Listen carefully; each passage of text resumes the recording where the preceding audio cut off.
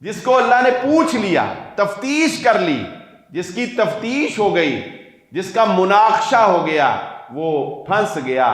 مومن کا آسان حساب یہ ہوگا کہ اللہ مناقشہ نہیں کرے گا، بس اپنے سامنے ایک پیشی لگائے گا اور اس کو گناہوں کو معاف کر کے اسے جنت میں داخلہ عطا فرما دے گا۔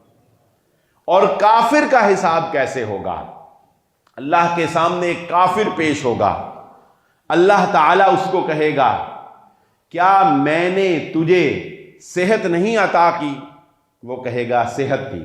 اللہ کہے گا کیا میں نے تجھے مال نہیں دیا؟ وہ کہے گا دیا۔ اللہ کہے گا کیا میں نے تیری شادی نہیں کروائی، تجھے اس سے بچے عطا کیے؟ وہ کہے گا دیے۔ اللہ تعالیٰ کہے گا کیا میں نے تجھے سرداری نہیں دی، تو لوگوں کے مال میں سے حصہ لیتا تھا؟ وہ کہے گا بالکل اللہ تو نے مجھے سرداری دی، مجھے فراوانی دی۔ تو اللہ تعالیٰ پوچھیں گے پھر یہ بتا کیا کبھی تجھے یہ خیال بھی آیا کہ ایک دن تجھے اللہ کے سامنے پیش ہونا ہے؟ تو وہ کافر کہے گا نہیں، اے اللہ میں نے ساری زندگی میں کبھی یہ نہیں سوچا تھا، کبھی اس طرف توجہ نہیں کی تھی، ایک دن مجھے ان ساری نعمتوں کا حساب دینے کے لیے اللہ کے سامنے کھڑے بھی ہونا ہے۔ تو اللہ فرمائیں گے کہ پھر سن، جس طرح دنیا میں تو نے ہمیں بھلا دیا تھا، آج ہم بھی تجھے بھلاتے ہیں، اور آج تیرے لیے جہنم کا عذاب ہمارے پاس تیار پڑا ہے۔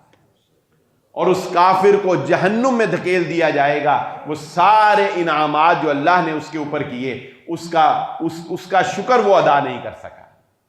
اور یہ بات بھی رسول اللہ صلی اللہ علیہ وآلہ وسلم نے فرمائی کہ ثم لتسألن یومئذ عن النعیم، کہ تم سے نعمتوں کے بارے میں جو قیامت والے دن سوال کیا جائے گا، تو مومن آدمی سے صرف اتنا پوچھا جائے گا کہ اللہ نے جو تجھے نعمتیں دی تھیں، تو نے ان کا شکر ادا کیا تھا کہ نہیں کیا تھا۔